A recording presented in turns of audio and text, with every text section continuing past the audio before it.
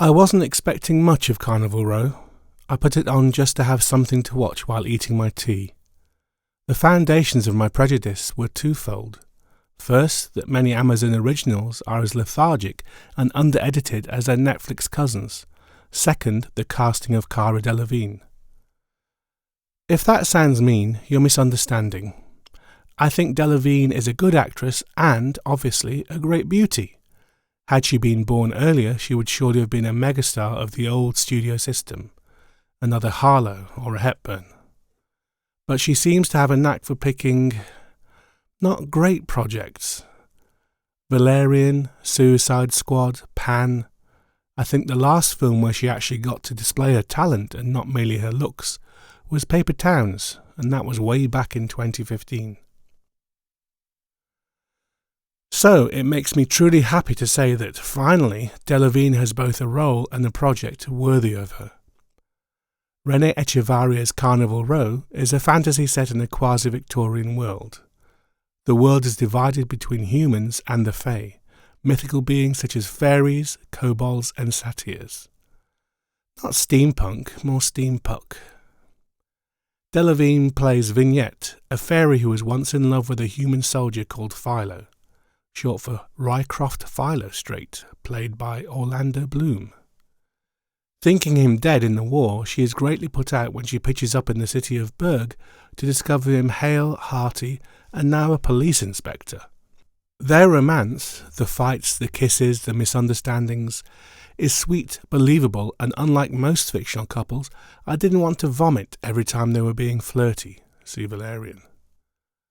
Bloom's gruff copper with an art of gold is a charming foil to Delevingne's peppery, ferociously focused fairy. Now, if this was it, Carnival Row would have enough to keep me watching. But where it excels is that this is only one of several stories which it skillfully interleaves such that the viewer never tires of one particular thread. For example, we have Agreus Estrayon, who is a puck, and Imogen Spurnrose, who is a human. Their story is a delicious slow burn with plunges into quality bickering and hugely entertaining high society cringe fests. But there's more. If I had a subheading for Carnival Row, it would be Forbidden Passions.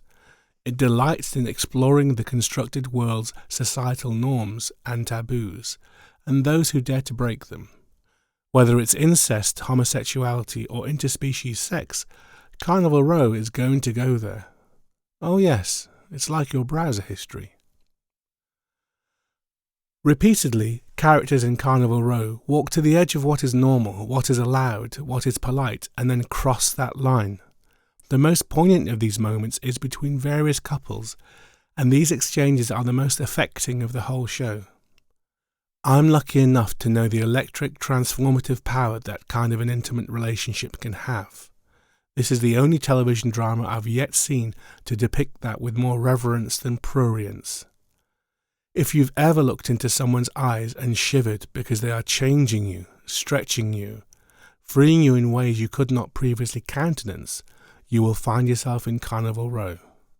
There is an emotional realism in this fantasy show that outdoes numerous plodding, realistic, Scandi crime dramas. This is why I say that Carnival Row is a better show than Game of Thrones.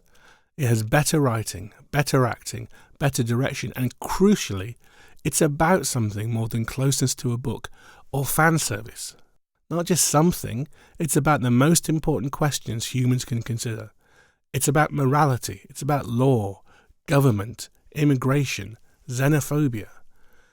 It's about those in power who use chaos and pain for their own gains, whatever the cost in lives lost and tears shed. I've just watched the end of the last episode of Series 1 and it had me in bits. Delevingne and Bloom were perfect in the final scene. Their story was a linchpin of all those interweaving themes finally coming together. Carnival Row is compelling without sinking into mawkishness. It makes cogent, informed and insightful points about our contemporary world. It is the antithesis of clunky message shows, which ultimately render evil banal and the viewer apathetic. In the bestest way, this is destabilizing, unsettling TV. Carnival Row, I think, is easily the best TV of 2019. It'll probably become one of my favourite shows ever, as long as subsequent seasons don't piss on this head start, that is. So, like all the best people of the Berg do, take a walk on the wild side and give Carnival Row a go.